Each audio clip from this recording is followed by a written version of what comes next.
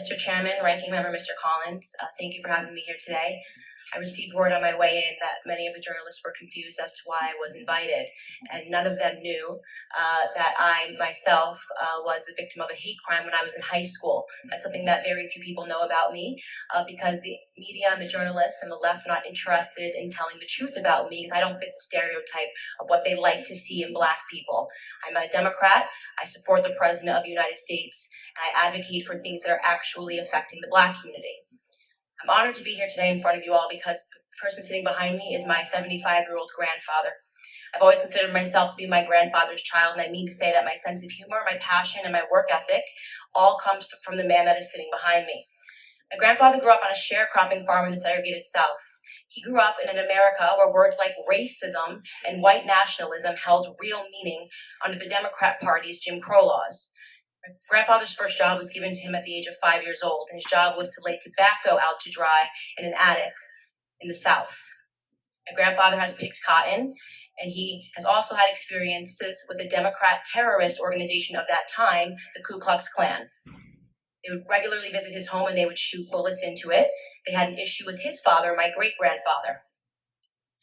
During my formative years, I had the privilege of growing up in my grandfather's home. It's going to shock the committee, but not once, not in a single breath of a conversation did my grandfather tell me that I could not do something because of my skin color. Not once did my grandfather hold a gripe against the white man. I was simply never taught to view myself as a victim because of my heritage. I learned about faith in God, family, and hard work. Those were the only lessons of my childhood. There isn't a single adult today that in good conscience would make the argument that America is a more racist or a more white nationalist society than it was when my grandfather was growing up.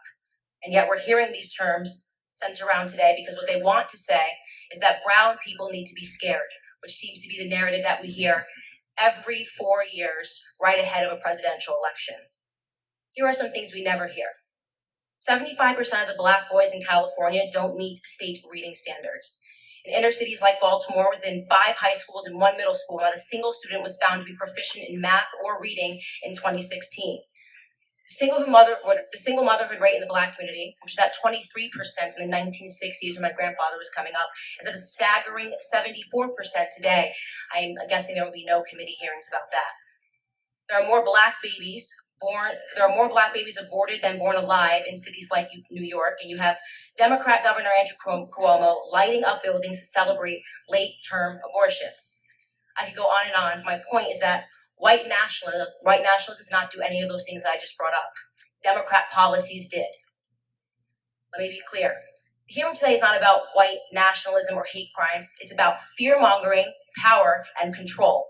It's a preview of the Democrat 2020 election strategy, same as the Democrat 2016 election strategy. They blame Facebook, they blame Google, they blame Twitter. Really, they blame the birth of social media, which has disrupted their monopoly on minds.